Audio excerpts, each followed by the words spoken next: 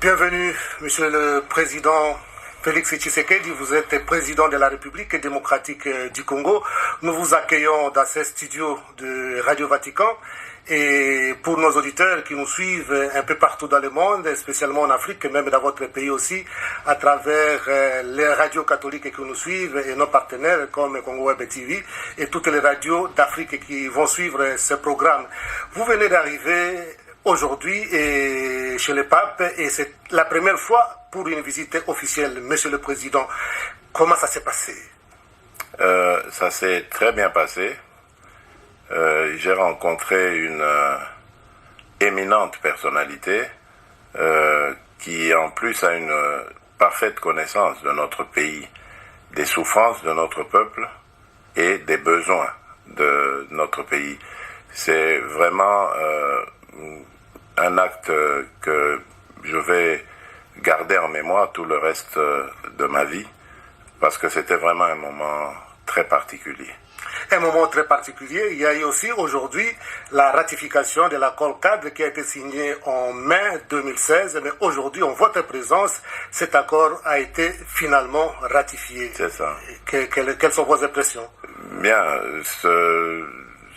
cet acte est justement une façon de sceller un rapprochement entre l'Église catholique et l'État.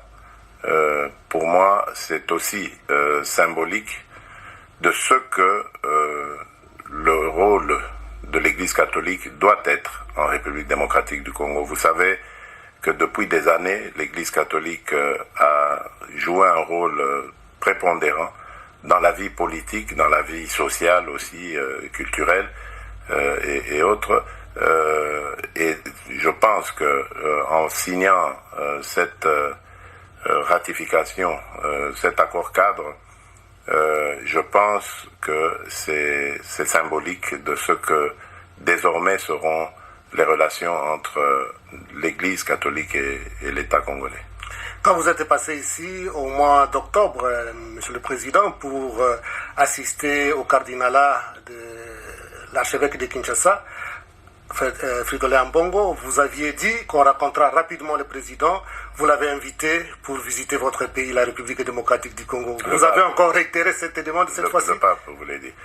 Le pape, oui. Oui, absolument, oui. Cette fois, je l'ai fait de manière officielle, étant donné le caractère officiel de la rencontre. Et j'ai promis même de faire suivre une invitation écrite et officielle. Et j'ai vu sur le visage de la sainteté, le pape François, une joie immense. Et il a exprimé aussi la joie qui sera la sienne de venir en République démocratique du Congo. Et j'ai souhaité que ce soit en 2021, année où, si tout va bien, j'exercerai la présidence de l'Union africaine. Et donc, à ce moment-là, ce serait une grande année pour la République démocratique du Congo de recevoir le Saint-Père. Il y a, dans notre dernière interview, vous aviez dit que vous préférez qu'on vous appelle Fachi. Et maintenant, on a ajouté Fachi Béton. Il y a un sens à cela, Monsieur le Président? Bon, je ne sais pas, il faut demander à ceux qui m'ont affublé de ce sobriquet. Je crois que c'était en rapport avec les travaux du programme d'urgence des 100 jours, suivant mon arrivée à la tête du pays. C'est affectif, mais je crois que ici, le plus important, c'est de continuer dans le sens du travail pour le peuple, pour le pays, parce qu'il y a beaucoup de besoins auxquels il faut répondre. Faisons un petit tour de votre pays. On profite de l'occasion que vous êtes là, un petit tour. En commençant d'abord par la situation dans l'est des pays, qui est toujours un peu sous la menace de milices, sous la menace de groupes armés. Maintenant, il y a un pas en avant avec les forces armées de votre pays. Absolument. Il y a aussi le problème d'Ebola qui se calme. Et comment va la situation à l'est du pays? Oui, je crois qu'il y a vraiment une note d'espoir. D'abord par rapport à la sécurité de nos populations, surtout au Grand Nord, à Béni.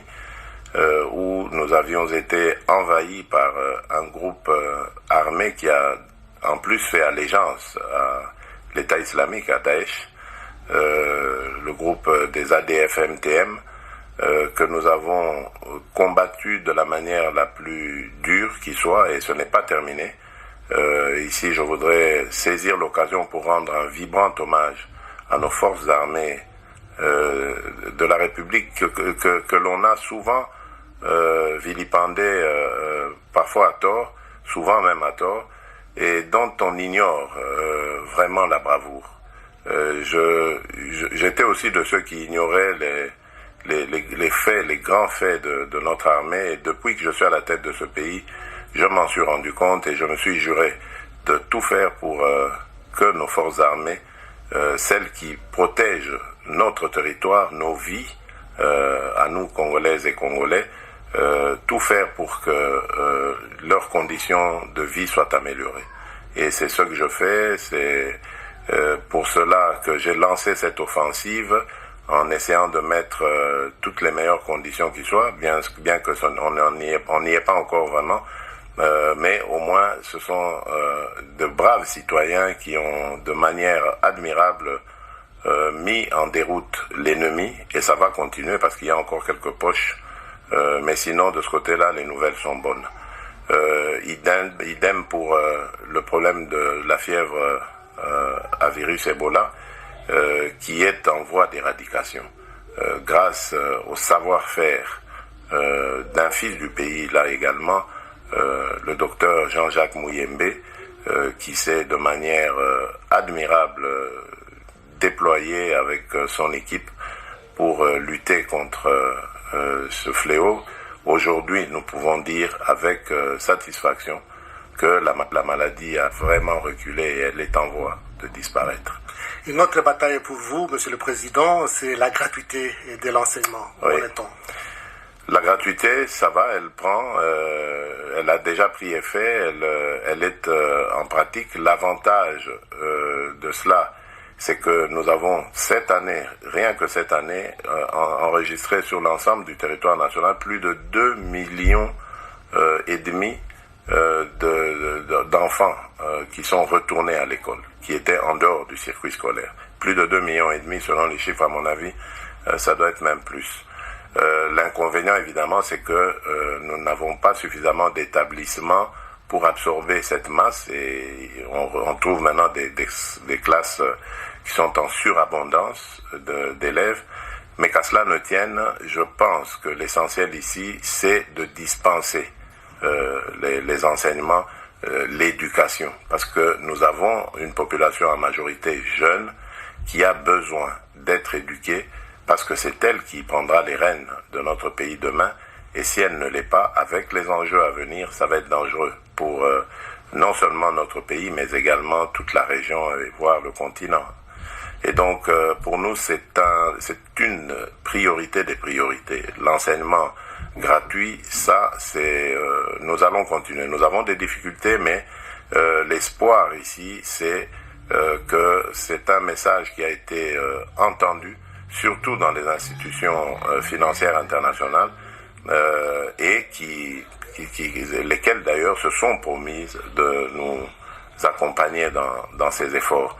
Et je suis convaincu que avec la dynamique que j'impulse sur le plan économique pour avoir augmenté les recettes du pays, je suis convaincu que nous tiendrons ce défi, et nous irons même plus loin, parce que le but, c'est d'aller au-delà du primaire, de l'enseignement primaire, d'arriver à l'enseignement secondaire, voire même le supérieur. Avec les changements que vous apportez dans votre pays, et les gens se demandent aussi à quand la fin de Go passe et à quoi sert cet argent.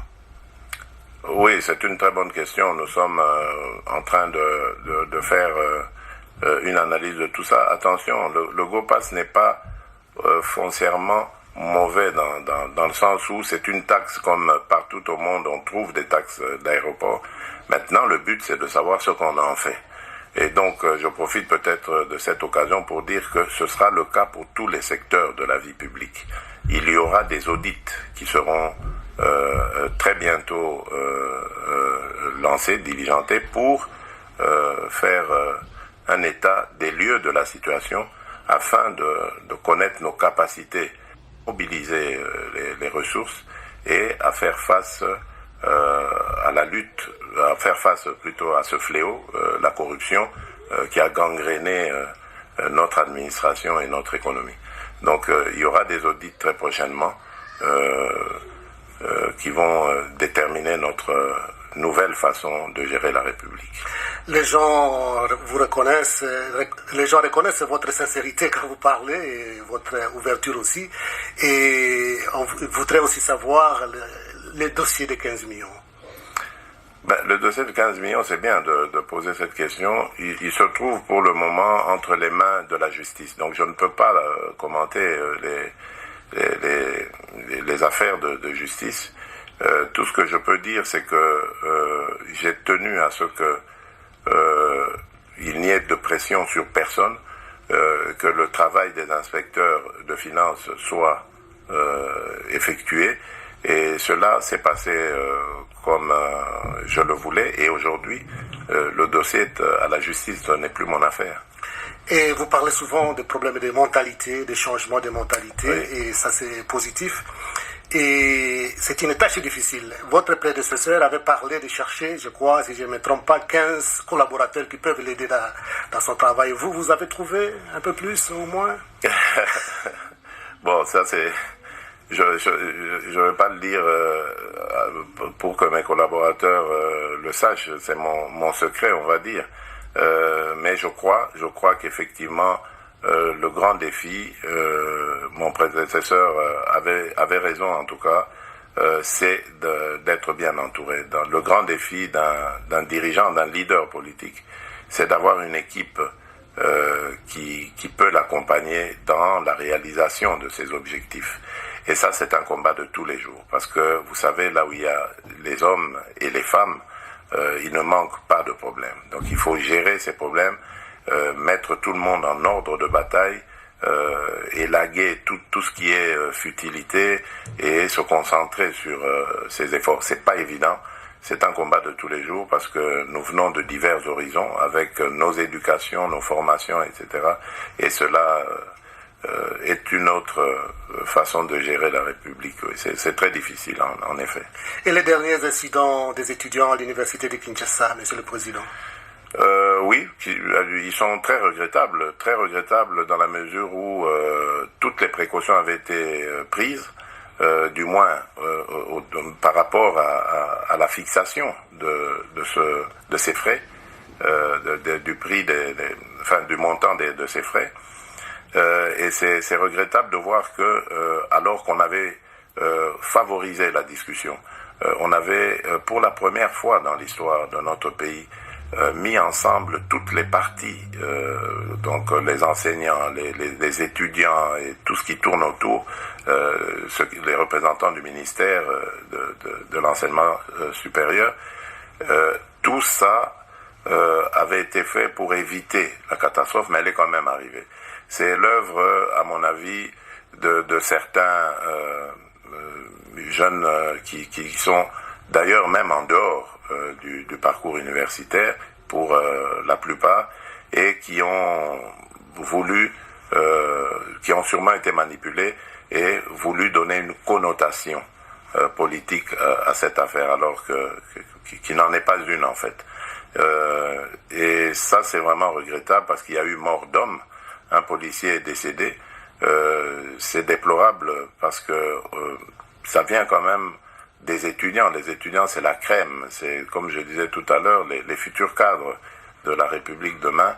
Et c'est un très mauvais message. Mais qu'à cela ne tienne, nous avons pris maintenant toutes les dispositions. Le ministre de l'Enseignement supérieur et universitaire a réuni encore toutes les parties en présence et a chargé les professeurs et les cadres de l'université de décider très prochainement de la reprise des cours. Alors, nous avons profité de l'occasion pour lancer des travaux de restauration, parce qu'ils étaés dans un piteux état. Les étudiants vivaient vraiment dans des conditions infrahumaines, et puis il y avait tout et n'importe quoi dans ces homes. On trouvait même des gens qui n'étudiaient plus depuis longtemps, des anciens étudiants qui avaient déjà fini leurs études, reçu leur diplôme, mais qui habitaient là-bas, et ainsi de suite. Donc, nous allons profiter de cette occasion pour remettre de l'ordre là-dedans.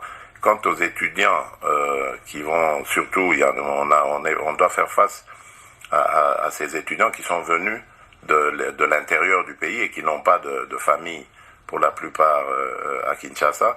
Et donc, on va les recenser pour voir comment est-ce que, dans un premier temps, on peut assurer leur logement et le transport de tous ceux qui vivaient dans les homes et qui sont obligés maintenant de faire des navettes. Nous pensons à mettre des bus sur des endroits stratégiques de la ville et ces bus vont effectuer des navettes le matin pour amener les étudiants à leur cours et le soir pour les ramener à la maison. Donc ça se fera en deux temps. C'est à cela que nous attelons au niveau du gouvernement et nous espérons ne plus jamais connaître ce genre d'incident. Monsieur le Président, comment va la coalition Cash-FCC? Ça va, on va dire dans l'ensemble, avec des hauts et des bas. Vous savez, il y a eu de part et d'autre comme ça des envolées oratoires qui ont un peu mis le feu. Mais je pense itinérant à une expérience aussi nouvelle, aussi inédite qu'est la nôtre. Nous n'étions pas du tout préparés à cela. La coalition. Pas du tout. C'est vraiment un accident de l'histoire. Même si en politique avertie, nous aurions pu prévoir le coup, parce que moi je me rappelle qu'il y a 10 ans, j'avais fait une interview à Kinshasa où je parlais de ça, que c'était possible un jour que les Congolais décident d'envoyer un opposant à la présidence et de maintenir l'Assemblée aux mains de ceux qui étaient au pouvoir à ce moment-là. Donc c'est possible, on peut l'évoquer, mais quand ça arrive, on est quand même surpris. Donc c'est une nouvelle expérience dans la vie politique de notre pays et nous sommes en train de la vivre avec évidemment ses hauts et ses bas. Donc ça, l'essentiel c'est de ne pas perdre l'objectif premier qui est le service à notre peuple et d'assurer la paix, la sécurité sur l'ensemble du territoire et de tous les jours se battre pour l'amélioration de la qualité de vie de nos concitoyens. Moi, c'est ça qui m'importe le plus. Et je ne vois personne, que ce soit au sein de la coalition ou ailleurs, m'empêcher de remplir cette mission. De servir votre peuple. Et s'il fallait, ça c'est une question qui me vient comme ça, Monsieur le Président, s'il fallait choisir entre la coalition et le peuple d'abord? Ah, le peuple d'abord, forcément, toujours. Ça, c'est pour ça que je suis là, c'est pour ça que j'existe, c'est pour ça que je suis en politique. C'est pour servir mon peuple, servir mon pays, faire de ce pays le leader qu'il mérite d'être. La République démocratique du Congo, moi je suis convaincu, est un pays béni, qui a un grand peuple et ce peuple mérite un meilleur sort que celui qu'il vit en ce moment. Et je crois qu'aujourd'hui nous sommes tous d'accord qu'il faut faire quelque chose pour ce peuple et nous y travaillons. Le 30 juin de cette année, votre pays, la République démocratique du Congo, va accomplir 60 ans d'indépendance. Oui. Quel Congo arrive à 60 ans d'indépendance et que comptez-vous faire, Monsieur le Président? Bon, évidemment, les préparatifs, les réflexions ont déjà commencé. Il faut très bientôt, on va installer le comité organisateur des festivités.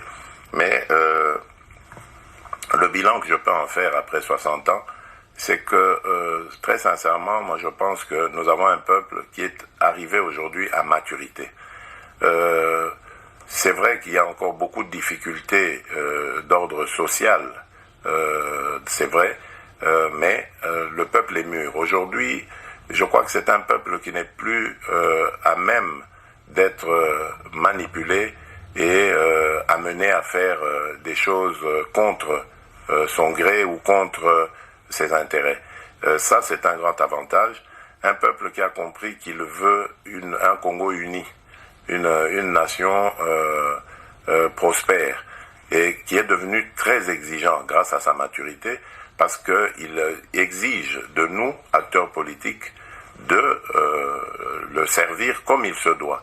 Et je crois que en allant dans ce sens, de favoriser l'instauration d'un état de droit, en favorisant davantage l'expression des libertés et des droits de notre peuple, je pense que nous arrivons très vite à un niveau que beaucoup nous envieront, parce que le peuple congolais, comme je l'ai dit, est un peuple leader et qui a eu beaucoup de difficultés ces derniers temps avec les guerres et tous les systèmes politiques qu'il y a eu, mais qui aspire à vivre en paix et en bonne entente, en tout cas avec tous ses voisins.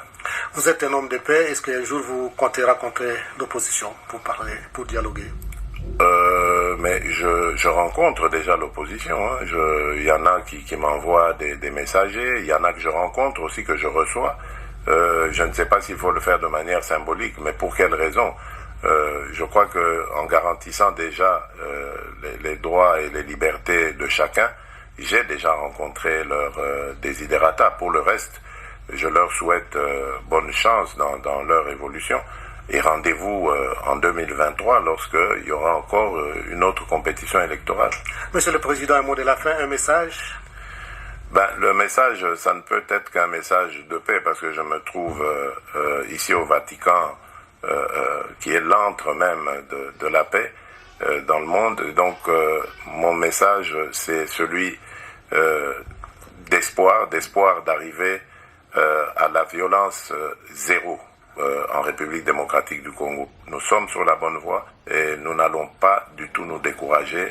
Je ne me reposerai que le jour où est atteint le degré zéro de violence en République démocratique du Congo. Monsieur le Président, c'était un honneur pour nous de vous recevoir ici. Mais et il ne vous reste plus qu'à vous remercier. Si vous pouvez juste dire un petit mot, envoyer une salutation à votre qui nous suit à travers Radio Vatican en une langue locale, et on aura fini. Oui, bana mboka, bana Congo, naza ne sengo, ya koyebisa bino ke mokonzi wa Vatican, Papa wa Roma, auti koyamba ngai, ayambinga ne sengo, alakisi nga te ayebi makambo nyonso, makambo maso ezali koleka na Congo, ayebi bapasi na biso, ayebi minyoko na biso, pe atondi bino botondi pona maemanso bozali kotombela ye, pe alaki biso aya kotala biso na 2021 na Congo. Etikali kaka nde na komela ye mokanda, bongo sima akoka koya kotala biso. Mbote napesi bino na bonne année lisusu pona baoyo bazwaki nanu baveur na ngate. Merci. Merci, Monsieur le Président. Merci Père.